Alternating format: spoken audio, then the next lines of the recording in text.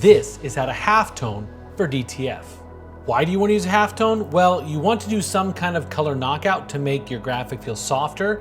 And when there aren't clearly defined lines and edges in the graphic, a halftone is the best technique to use. Or somebody wants you to print up a photo or a movie poster like this.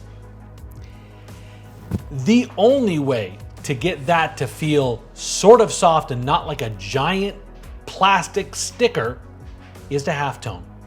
Let me show you how. All right, we're gonna use this Stranger Things poster. We're gonna ignore the copyright infringement and it'll be fine, I promise. All right, so you've got your image. We're gonna knock out the black to put on a black shirt. The first thing we need to do is verify that we are 300 pixels per inch. We've got to be. If we're not, we could have some problems. So, well, right now we're at 96 pixels per inch. So I'm gonna uncheck this, which is gonna link everything together. Punch in 300, uncheck it. Right now we're at 8.4. Now, if this were a photo, like an actual, like real photo of someone's face, you wouldn't wanna resize it much, but this is a stylized artwork, so it's gonna look okay if I size it up a bit. So I'm gonna go to 12 inches, making a nice, big, bold chest graphic. This is the first major tip for halftoning. Do not resize it after you've done the halftoning. You have to do the process at the size you're going to print it. Otherwise, it's gonna cause a whole bunch of problems. All right, so we're gonna unlock this layer. We're gonna right click on it, duplicate layer, and we're gonna duplicate into a new document. Click OK. It's gonna create a new untitled document. Here's the new one we've created, and this is the original, because we don't wanna ever do anything that like destroys the original artwork. So here we are in the untitled document. We're gonna go to Image, Mode, Grayscale, because halftoning can only be done in grayscale. Then this next step is the step that keeps the vibrancy in the image. Early on, when I was researching how to halftone, all of the workflows took away a lot of the vibrancy, and that's one of the best things about DTF is how vibrant the prints can be. So we're gonna go to Image, Adjustments, Levels.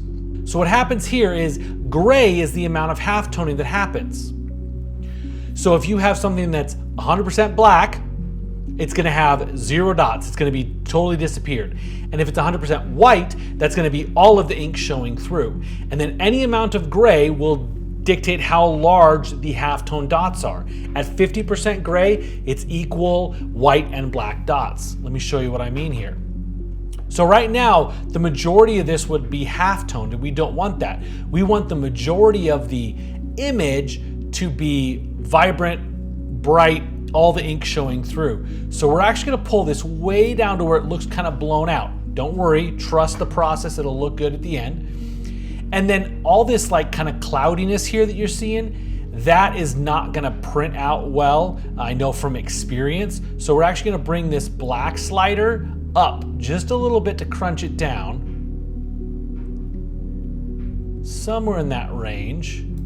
Now this is gonna be different for every image that you do. This particular one, round 8 is good on the black, round 45 is good on the white level adjustment, but I've had ones that the black went all the way up to like 13 or 14 and the white stayed pretty high. So it just depends on the image you're working with. So this should be good. Like I said, we're gonna look all blown out, but that's all right.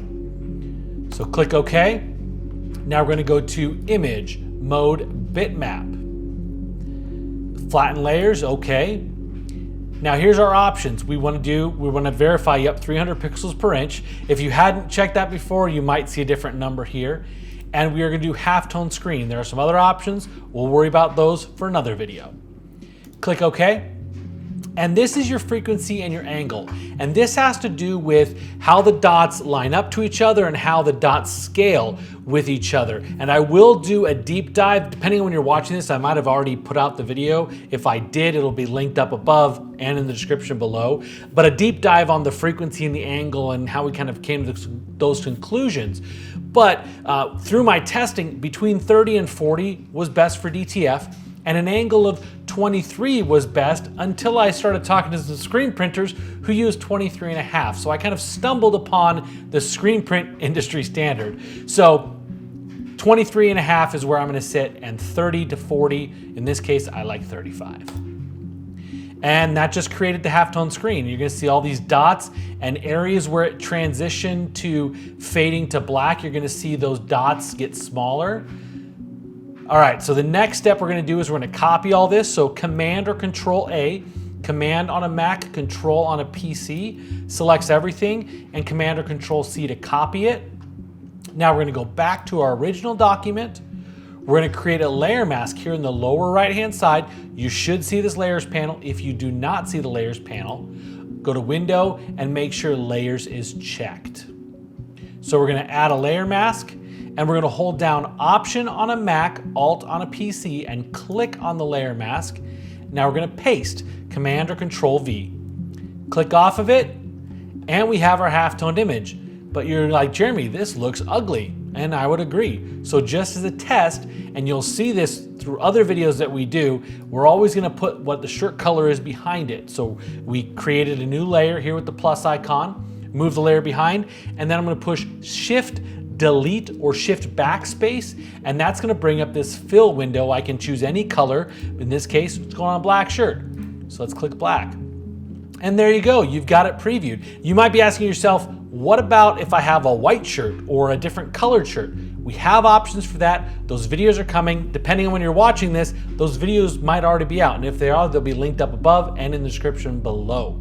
Now, if we want to do a further check to make sure that our settings were right, we can hold down Shift and click on the layer mask. And that's gonna make the half-toning not half-toned. Half-toning original. You'll notice there's some areas here that are a little bit dimmer when we go to the halftone, but that's okay. When it's on a shirt, you're not gonna notice hardly any difference. Now, if you're not pleased with some of the results, go back to this file, hit Command or Control Z to back up a couple steps, and redo the levels adjustment. Now, the final thing you need to do to prep this for printing is turn off this background layer. You don't have to worry about merging anything together. Depending on the kind of RIP software you're using, you might need to save this as a PNG or as a PDF. So to save it as a PDF, we're gonna go to File, Save As, and we're going to select Photoshop PDF. We can go ahead and embed the color profile. We can get into color profiles in another video as well, but then we're just gonna name it what we're gonna name it, and we're gonna click Save. Click OK. And for the most part, just click Save. Don't worry about changing any of these settings. The default should work fine for you. So click Save. Yes. And there we go. Now, if you want to export this as a PNG, real easy. We're going to click File, Export, Export As. Now, there's a reason I like to do this versus using Quick Export. That will work. But Export As lets me verify my sizing is correct and lets me make sure my color spaces are correct. Now, the final thing I'll say on this is when you're printing, you need to have your printer's alignment dialed in really, really good, because you're gonna have some pretty small dots in here, and if there's any kind of white peeking out from misalignment, it's gonna show up in these areas here.